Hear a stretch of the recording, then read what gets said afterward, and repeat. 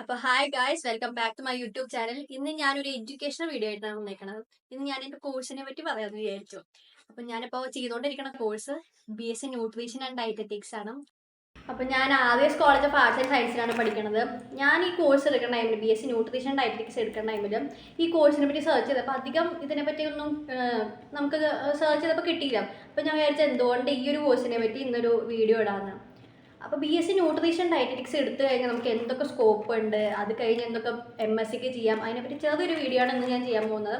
എനിക്ക് അതിനെപ്പറ്റി അറിയണ അത്രയ്ക്കാണ് ഞാൻ പറയാൻ പോകുന്നത്. BSc ന്യൂട്രീഷൻ ഡയറ്ററ്റിക്സ് എടുക്കാനുള്ള എലിജിബിലിറ്റി എന്ന് പറഞ്ഞാൽ ഇപ്പോൾ ഞങ്ങളുടെ കോളേജിൽ ചേർന്ന ടൈമിലും 12th കെമിസ്ട്രി മസ്റ്റ് ആയിരുന്നു. കാരണം നമുക്കിപ്പോൾ ഈ ഒരു കോഴ്സ് എടുത്താൽ നമുക്ക് ഫുഡ് ഇൻഡസ്ട്രിയിലൊക്കെ ജോബ് കിട്ടുന്നതായിരിക്കും. അപ്പോൾ അതുകൊണ്ട് കെമിസ്ട്രി റിലേറ്റഡ് ഒക്കെ വരുന്നതായിരിക്കും. അതുകൊണ്ട് 12th കെമിസ്ട്രി മസ്റ്റാണ് ഇതിന്. ഇപ്പോൾ 12th ആരെങ്കിലും ഹോം സയൻസ് എടുത്തവരാണെങ്കിലും എനിക്ക് തോന്നുന്നു അവർക്കും ഈ കോഴ്സിന് അപ്ലൈ ചെയ്യാൻ എലിജിബിൾ ആണ്. അപ്പോൾ പഠിച്ചുകൊണ്ടിരിക്കുന്നത് BSc ന്യൂട്രീഷൻ ഡയറ്ററ്റിക്സിൻ്റെ സബ് പേപ്പേഴ്സ് വന്നിട്ട് ഇപ്പോൾ ഞങ്ങൾക്ക് ബയോകെമിസ്ട്രി വരുന്നുണ്ട്, അതിൽ തന്നെ ഫുഡ് മൈക്രോബയോളജി ഒക്കെ വരുന്നുണ്ട്. അപ്പോൾ സബ് പേപ്പേഴ്സ് വരുന്നതന്നെ നമുക്കിപ്പോൾ മെയിൻ കോഴ്സ് ഇപ്പോൾ BSc ബയോകെമിസ്ട്രി എടുക്കുകയാണെങ്കിൽ നമുക്ക് MSc വേണമെങ്കിൽ നമുക്ക് ഫുഡ് ആൻഡ് ന്യൂട്രീഷൻ എടുക്കുന്നതായിരിക്കും. എനിക്ക് തോന്നുന്നു എല്ലാ കോളേജിലും അലൗഡ് ആണോ എന്നറിയില്ല. മോസ്റ്റ്ലി എനിക്ക് തോന്നുന്നത് ഇപ്പോൾ ബയോകെമിസ്ട്രി എടുത്തു കഴിഞ്ഞാൽ നമുക്ക് ഫുഡ് സയൻസ് എടുക്കാൻ പറ്റുന്നതാണ്. നമ്മളിപ്പോൾ UG കഴിഞ്ഞ് കഴിഞ്ഞ് PG എന്തൊക്കെ കോഴ്സ് ഇപ്പോൾ BSc ന്യൂട്രീഷൻ ഡയറ്ററ്റിക്സ് എടുത്തു കഴിഞ്ഞാൽ അടുത്തത് PG നമുക്ക് എന്തൊക്കെ എടുക്കാമെന്നാണ്. നമുക്ക് MSc ന്യൂട്രീഷൻ ഡയറ്ററ്റിക്സ് എടുക്കാം, MSc food and nutrition, MSc food processing എടുക്കാം. അങ്ങനെ ഇത് റിലേറ്റഡ് ആയിട്ടുള്ള ഏതൊരു കോഴ്സും നമുക്ക് എടുക്കാം. പിന്നെ വന്നിപ്പോൾ MSc ചെയ്യുകയാണെങ്കിൽ അതിൻ്റെ എലിജിബിലിറ്റി എന്താണെന്ന് വെച്ചാൽ നമുക്ക് BSc ന്യൂട്രീഷൻ ഡയറ്ററ്റിക്സിൽ ഒരു ഡിഗ്രി വേണം, അല്ലെങ്കിൽ ഫുഡ് പ്രോസസ്സിങ്, ഹോം സയൻസ് അല്ലെങ്കിൽ ലൈഫ് സയൻസ് അതിലേതെങ്കിലും ഒരു UG സർട്ടിഫിക്കറ്റ് ഉണ്ടെങ്കിൽ നമുക്ക് ഇതിൻ്റെ PG കോഴ്സ് ചെയ്യാവുന്നതാണ്. ഞാനപ്പോൾ ഈ കോഴ്സ് പഠിക്കുന്നത് ഞാൻ പറഞ്ഞല്ലോ ആവേസ് college of arts and science ആണ്.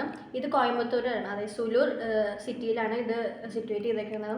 അപ്പോൾ ഇവിടെ എന്ന് പറയുമ്പോൾ എന്താ പറയുക, നമ്മുടെ ഡിപ്പാർട്ട്മെൻറ്റിൽ തന്നെ ഇവിടെ 3 ലാബ് തന്നെ വരുന്നത്. ന്യൂട്രീഷൻ ലാബ്, ഫുഡ് ലാബ്, പിന്നെ എന്താ പറയുക കെമിക്കൽസ് ഹാൻഡിൽ ചെയ്യാൻ നമ്മുടെ ബയോകെമിസ്ട്രി ലാബും വരുന്നതാണ്. സോ ഇത് കഴിഞ്ഞിട്ട് ഇപ്പോൾ നമുക്ക് എന്താ പറയുക ജോബാണോ വേണ്ടതെന്ന് വെച്ചാൽ ഇവിടെ നിന്ന് തന്നെ നമുക്ക് UG കഴിഞ്ഞാൽ നമുക്ക് പ്ലേസ്മെൻറ്റ്സ് അവൈലബിൾ ആണ്. അതല്ല നമുക്ക് ഇത് കഴിഞ്ഞ് PG ഇനി പഠിക്കണം എന്നാണെങ്കിൽ ഇവിടെ തന്നെ MSc ഫുഡ് ആൻഡ് ന്യൂട്രീഷനും ഉണ്ട്.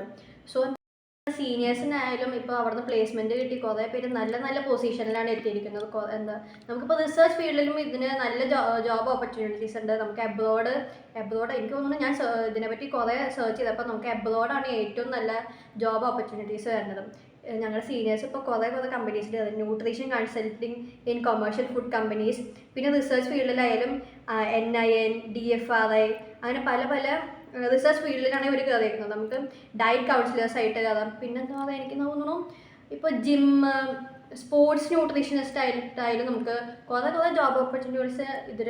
സോ ഈ BSc ന്യൂട്രീഷൻ ഡയറ്ററ്റിക്സിൻ്റെ എന്തൊക്കെ പേപ്പേഴ്സ് നമുക്ക് ഫസ്റ്റ് ഈ 3 വർഷത്തിൽ വരുന്നുള്ളതിൻ്റെ ഒരു PDF, അതിൻ്റെ ലിങ്ക് ഞാൻ ഡിസ്ക്രിപ്ഷനിൽ കൊടുക്കാം.